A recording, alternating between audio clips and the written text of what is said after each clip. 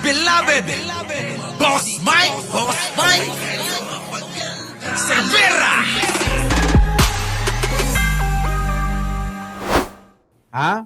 Eto na ngayon mga kababayan Eto hong mag-ina, mga kababayan na libiste. Mga kababayan na mukhang nagkatotoo na nga Mukhang magkakatotoo na yung ating sinasabi na hindi na talaga uuwi. Eto hong mag-ina. Ito hong huli na nalaman natin ay nasa Switzerland pala silang dalawa. Malamang nagtatago na ng pera. Mukhang nagtatago na ng pera. Sino? Si Libiste at ang yung kanyang ina na si Legarda. Oo, etong Congressman Leandro Libiste at itong senadora na balimbing na si Loren Legarda, mga kababayan. Namataan po sila. Saan? Sa Switzerland. Nakaw! Malamang may mga tinatagong pera yan. Ito na. Konsidera na ng Office of the Ombudsman ang pagpapakansela sa pasaporte ni Senador Loren Legarda at Batangas Congressman Leandro Leviste. Iniuugnay ang mag-ina sa umano'y ghost electricity na kinakasangkutan ng kumpanya ni Leviste di umano. Narito ang agenda report ni John Riz Calata. Kahina-hinala na para sa Office of the Ombudsman ang extension ng medical leave ni Senador Loren Legarda. Sa gitna ito ng nilulutong graft at plunder cases ng anti-graft body laban kay Legarda at kanyang anak na si Batangas Congressman Leandro Leviste. Yan tandaan nyo yung mga pagmumukha ng mga yan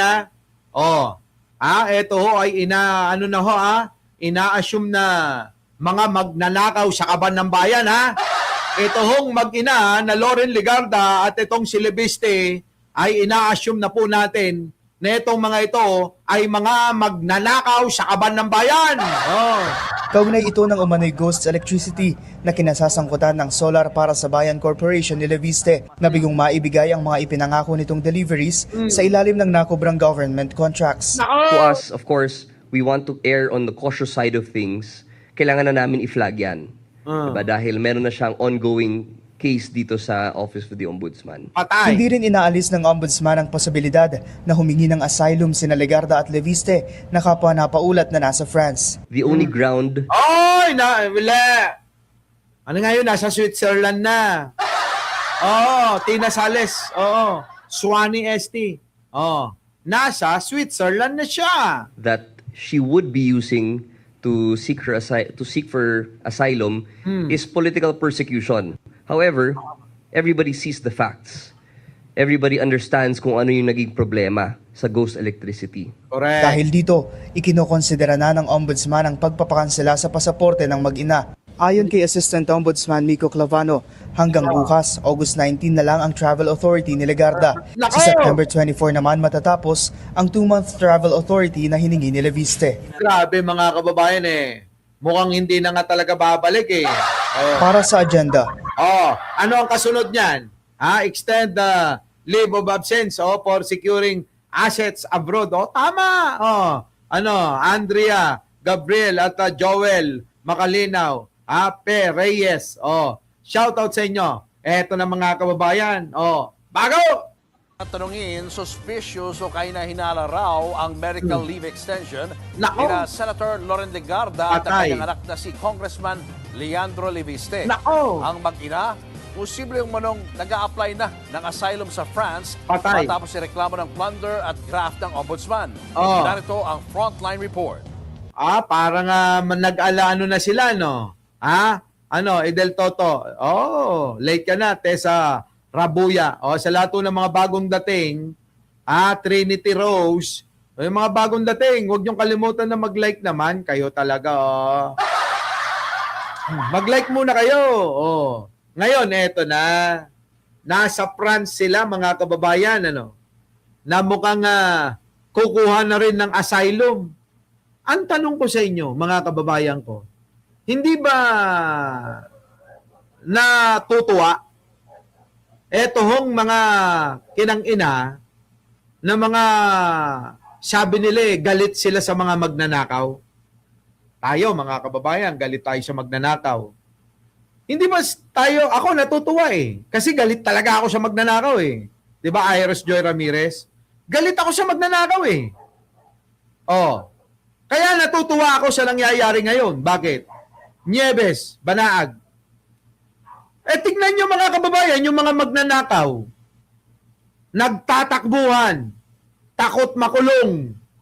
Mga magnanakaw, pinapakulong ni Pangulong Bongbong. Walang sinisino. Sabi nila pag sinubukan daw na si Marcoleta ay pinakulong, yun na raw ang ikababagsak ni Pangulong Bongbong. Ano nangyari? Sabi nila, weak leader daw. Ang daming mga nagganyan-ganyan. Pag sinubukan niyong ipakulong si Marcoleta, katapusan mo na yan, Bongbong. Di ba, Bentong? Rosa Roses. Ano nangyari? Hanggang ngayon, nakakulong pa rin yung si Marcobeta. Natagalinis na lang ngayon ng Cubeta. Yan ang sinasabi natin. Na ngayon, mga kababayan, ang sinasabi ko at ibig ko sabihin, walang sinisino ang Manong Bongbong Marcos. Kung may kasalanan, mananagot. Walang sisinuhin kahit sino ka pa. Kahit kanino ka pa nakapanig, kahit ano pang kinakaaniban mo na malalaking mga tao o malalaking organisasyon, wala. Hindi ka sisinuhin ni Pangulong Bongbong. Diba? Mga kababayan, tignan nyo. Si Mike Defensor, ano nangyari doon? Nakulong ayun, nagngangawa doon.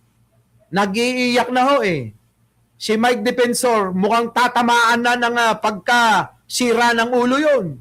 Nakita nyo ba yung mata niya nung nakaraan? Hindi naman pala sinapak. Sabi niya, sinapak siya. Ano na nangyari? Tignan nyo yung mata ni Mike Defensor. Ay, yun hindi na nakakatulog. Yung ganong mata, mga kababayan, hindi katulad ng mga mata natin.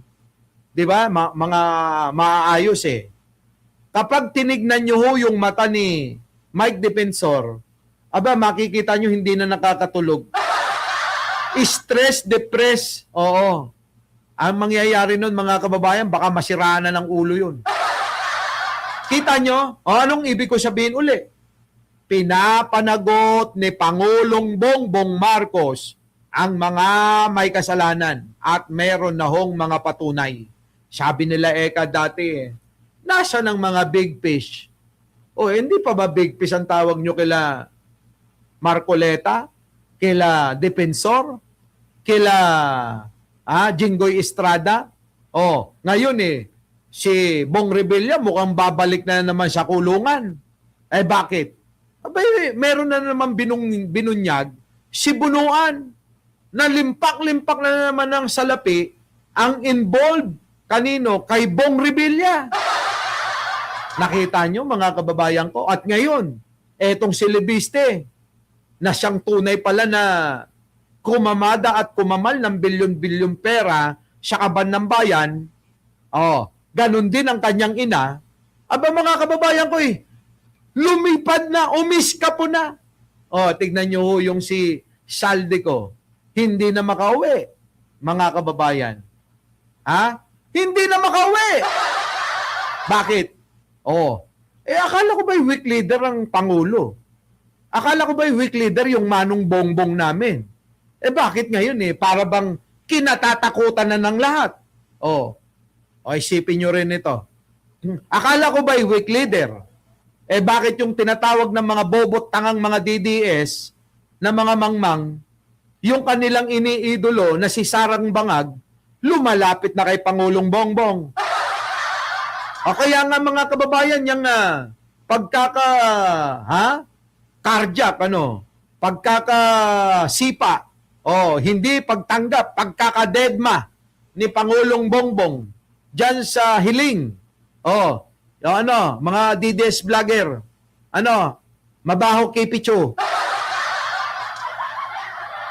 Diba? Iba yung hiling, iba yung nagpunta. Walang sinabing nagpunta. Ang sinasabi, humiling. Mga bobo lang talaga kayo. Hindi kayo marunong umunawa. O kaya naman talagang likas na kailangan maging tanga kapag ka DDS ka. Kapag ka ikaw ay manananggol ni Sara. O ngayon, kita nyo mga kababayan ko, eto pa. Sa akin nyo lang ito maririnig, mga kababayan, ha? Ayon! Kita nyo, mga kababayan, lahat ng mga sinasabi natin dito, nagkakatotoo, di ba? Di ba sinabi rin natin yan? Tayo nga yata nauna na nagsabi niyan, na si Sara Duterte, makikipag-close door, humihiling ng close door meeting kay Pangulong Bongbong, tama ba? Bet Jesus, tayo yata na unang nagsabi nun tapos ayun na, nagkasanga-sanga na. Di ba? Ngayon, eto ngayon, mga kababayan, bago natin ituloy itong mag-ina na to. Ayon sa ating Pink Palaka, mga kababayan, ayon sa ating Pink Palaka, eto na. Isa sa kaalyado na malapit sa mga Duterte, lalong-lalo na sa tatay nila Sara Duterte, nila Pulong Duterte, nila Baste Duterte, nila Kitty Duterte. Malapit na malapit ito. Aba mga kababayan, nilaglag na sila. Ayon sa ating Pink Palaka, ay Boss Mike, wala na. Nangangarap na yung isa. Nilaglag na. Nilaglag na.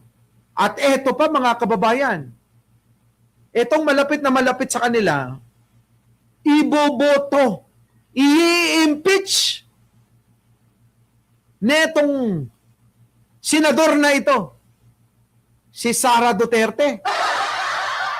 Boboto, mga kababayan, ng yes. Pabor para tuluyan ng mawala sa pwesto si Sara Duterte. Nakaw!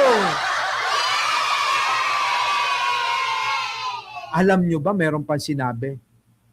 May sinabi pa. Noong 2022 daw, alam nyo ba na nilaglag na netong tao na to si Sara Duterte? Nilaglag na netong tao na to noong 2022. Alam nyo ba na hinihingi daw? Alam nyo ba? Di umano, sabi ng ating source, noong 2022 daw, mga kababayan, abay, hinihingi kay Manong Bongbong natin na tanggalin si Sara Duterte dahil nga daw merong planong masama sa kanya si Sara. Ngayon, mga kababayan, ang nangyari, gusto niya, siya yung ipalit na maging Vice President. Tanggalin mo yan kasi Sarang baliw, bangag yan.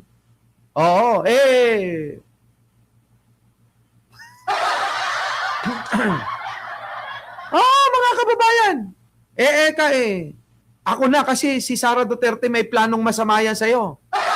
Kasabot yung aling maliit. Ganon, binulgar na pala. Puta. Noong pa pala, binulgar na ng tao na ito, mga kababayan, si Sara Duterte. Nako, mga kababayan ko. Kaya, ngayon, kung mapapansin ninyo, etong senador na ito, ayan senador. Hindi ko na sasabihin kung babae o lalaki, Kung mapapansin nyo, itong senador na ito, halos tikom ang bibig. Walang mga banat, tahimik, hindi bumibira. walang ginagawa. Nakuha ninyo? Hindi tumutuligsa. O, nakuha ninyo mga kababayan? Nakaw! O, ngayon, mga kababayan ko, kaya pala daw, eto sabi, hindi mo ba napapansin, Eka? Nire-ready na nila yung mga kandidato nila. Nandyan si Robin Padilla, nandyan si Kalan Peter Cayetano. 'Di ba? Oh, nandyan daw si yung isa pa. Mga kababayan ko, nagdedelikado talaga si Sara. Ngayon, kung mapapansin ninyo si Sara Duterte, nangangayayat, hindi daw yon likha ng pagdadayet. Likha daw mga kababayan ito ng sobrang problema. Si Sara Duterte ngayon ay sobra-sobra na daw na namomroblema. Kaya kung mapapansin nyo, bibihira ng magsalita, lumabas uli. Oo. Kailangan ma-diagnose muna siya. Ma-check muna siya. Ma-diagnose tuloy. Ma-check muna siya na may maayos siya na kaisipan bago nila pagsalitain. Mas maraming araw daw na ang Sara Duterte ay mga kababayan nagsasalita ng mag-isa.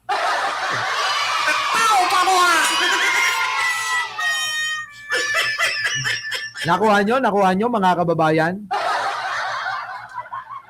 Nagsasalita na raw na mag-isa. Si Sara Duterte, bangag. Oo, mga kababayan.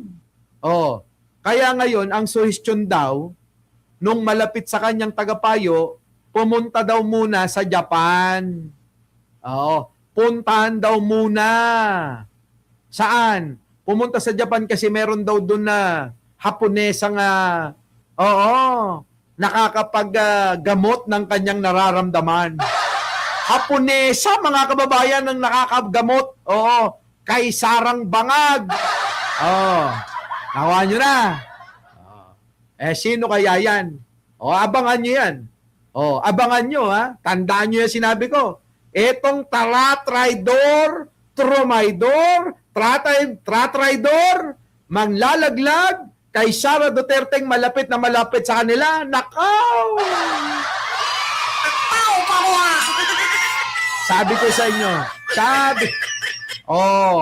ewan ko na lang kung di magkatotoo yan. Nakaw! Yun nga yung sinabi nga natin na humihingi ng closed door meeting Biglang sumabog hanggang ngayon, issue Issue yung yung closed door meeting. Eto ngayon, tanungin ko kayo, mga kababayan, tanungin ko kayo. Ay kung hindi totoo yan, bakit hindi pa nagsasalita si Sara? Alam nyo naman ang attitude ni Sara, di ba? Tama ba? Alam nyo naman ang attitude ni Sara. Kapag alam niya na hindi totoo, abay nanggigigil yan, sobra-sobra. At kapag totoo, tatahimik bigla. Tama, mga kababayan? Kapag totoo, tatahimik yan. Hindi magsasalita. Palilipasin nila yung issue. Hanggang sa matabunan na lang. Di ba? Binawin na, bossing. Oo nga, binawi na yung Japan.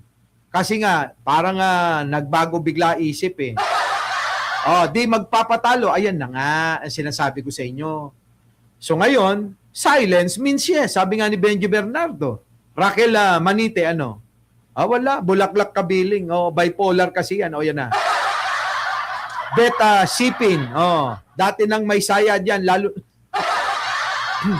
nakuha ninyo, mga kababayan, Tama, wala pang denial Kilala nyo si Sara Duterteng bangag. Yung mga ganyan naggaganyan, tangina, gaganyan. Diba? Gaganon-ganon kagad yung si Sara. Nagmamumura na yun. Maniwala kayo sa akin. 'Di ba? Oh, ngayon eto nako, eto. Ewan ko na lang. Oh. Oh. 'Di ba? 'Di ba? 'Di ba? Oh, eto. Oh, tuloy. Extended ulit ang medical leave ni Senator Loren Legarda. Pangalawang extension na yan mula nang lumipad siya pa France. Pero ngayon, hindi malinaw kung nasang bansa na siya. Ang original final na leave ng senadora ay August 3 to 5 lang, hanggang sa ginawa niya itong August 11 hanggang 12. At kahapon nga, kinumpirma ng Senate Secretary. Kita nyo mga kababayan ko? 3 to 5. Naging 11 to 12. Live uli. Extension uli. 17 to 18. Mga kababayan. Wala na ito. Magkakatotoo na yung sinasabi natin na hindi na uuwi itong mag-ina na to. Maghihintay na lang to ng bagong administrasyon. Ang mangyayari niyan kay Loren Legarda, mga kababayan ko, uuwi lang yan kapag kanilabasan na ng mga warrant of arrest, show cause order, ganyan yan na yun, Matel. Berhiña Domingo. Ganun ang mangyayari diyan. Nako. Bakit ngayon lang kayo? Tong mga sila Berhiña Domingo Merlita Ramirez. Wala na. Na naurong ang balik trabaho ni Legarda dahil extended ulit ang medical leave nito hanggang August 17 to 19. Ang anak naman ni Legarda na si Batangas 1st District Representative Leandro Leviste, nag-file ng 2 buwang leave sa Kongreso. Unang naiulat na kasama niya ang kongresista sa France, pero hiwalay sila ng flight. Eme lang yun, yung hiwa-hiwalay ang flight. Diba? Ayon sa Travel Authority ni Leviste, mula July 26 hanggang September 24 ang kanyang leave para bumisita sa iba't ibang bansa. Ang galawang yan ay napuna na ng Office of the Ombudsman. Wala na. Lalo't nangarap sa reklamong plunder at graft ang mag-ina. Nakaw! Ayan na nga, sinasabi ko sa'yo, kulong ito! Late, may parusang 20K. Yung mga late, Berhiña Domingo, ha? May parusa ka, Matel. Meron kang parusang 20K. Merong meet and greet na panawagan si Yussi Claire Castro. Tayo ang pinapasagot sa gastos ng meet and greet ng mga vloggers. Tayo ang pinapasagot ng meet and greet. Kaya ambag-ambag tayo rito, ha. Tayo yung tinoka Tawa kayo rin, tawa. Sa preliminary investigation ng Ombudsman, kaugnay sa 10 bilyong pisong solar projects. He listed several countries that he would want to, or he intended to visit. And on the other hand, si Senator Loren Legarda is on her, I believe, 3rd or 4th extension of her travel authority for medical reasons, which we have begun to find quite suspicious already. Kailangan na namin i-flag yan. Diba? Dahil meron na siyang ongoing case dito sa Office of the Ombudsman. May kaso palang plunder Wala na mga kababayan, plunder yan walang piyansa. Kakayanin ba ni Loren Legarda na makulong sila mag-ina? Di ba nakakahiya yun? Nakakulong sila mag-ina? Congressman at saka senador. Kaya wag na kayong magtaka. Bakit? Ito anong punto ko, A. Valdez Violeta. Ano ang punto ko dito, mga kababayan?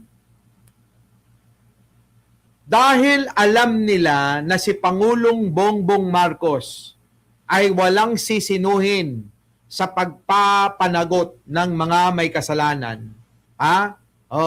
Di ba?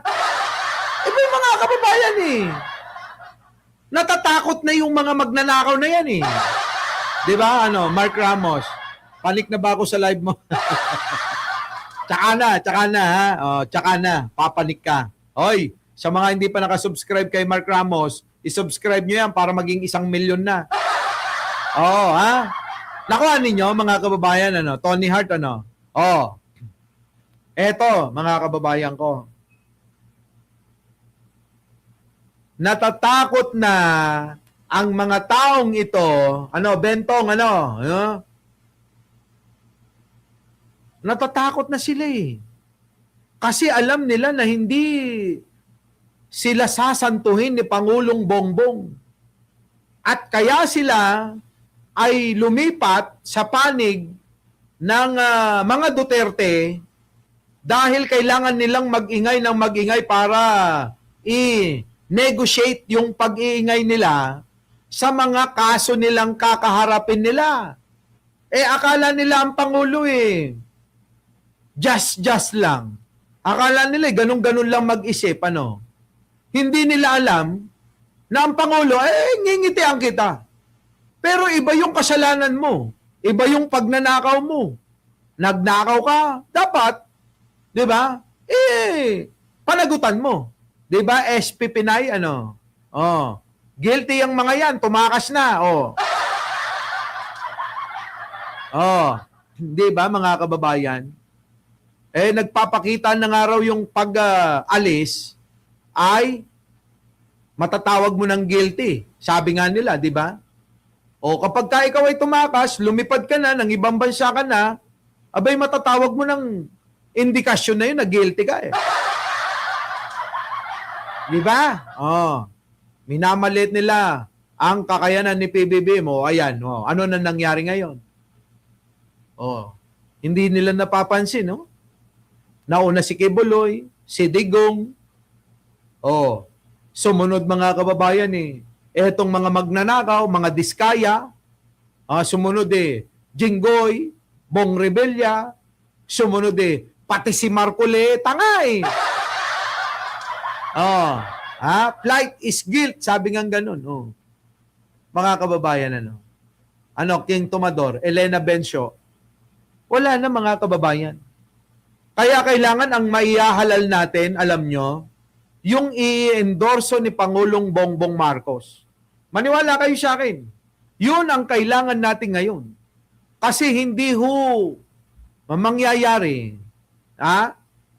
Yung pong mga nasimulan ng Pangulo, makakarating hanggang dulo.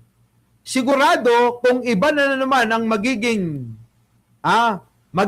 leader, hindi naka-align kay Pangulo, hindi nakapila o nakasunod sa mga adhikain ng Pangulo, ang mangyayari nito, mga kababayan, alam nyo, wala na naman. Nganga na naman tayo. Huwag kayong magpapaniwala at huwag kayong magpapa-apekto sa mga bobot tanga. Laos na yon. Hindi na uso ang mga bobot tanga ngayon. Ang kailangan ngayon ay yung matalino na pagpili ng mamumuno ng bansang ito. Kasi aminin natin na hindi naman kakayanin lahat maibubuhos ng presidente sa 6 na taon lang. Hindi kakayanin, pero ang nakakapagtaka nga ang Pangulo, sa loob ng 6 na taon, napakaraming proyekto ang natapos. Kasama na dyan yung pabahay sa Davao City na inaangkin ng mga Duterte. Nakita nyo mga kababayan ko? Di ba? Isipin nating maigi ba? Isipin nating maigi. Huwag tayong magpapadala sa mga bobo na yan. Nadadamay tayo Di ba? Nadadamay tayo sa kabobohan nila. Ang resulta sa kabobohan nila ay ang pasama na pagnanakaw, patalamak na pagnanakaw sa gobyerno. Nakita nyo mga Duterte? Abay lintik Bunganga lang magaling. Sa bunganga niya, akala mo mabuti talaga Pero hindi maitatago Ang magnanakaw talaga Ang masamang tao talaga. Hindi maitatago sa kanyang bunganga. Murahin ng Santo Papa, murahin ng Diyos. Abay, sinong mabuting tao nun? Kung murahin mo nga ang Diyos nagagawa mo. Yung pa kaya? Kung murahin mo ang Diyos, nagagawa mo.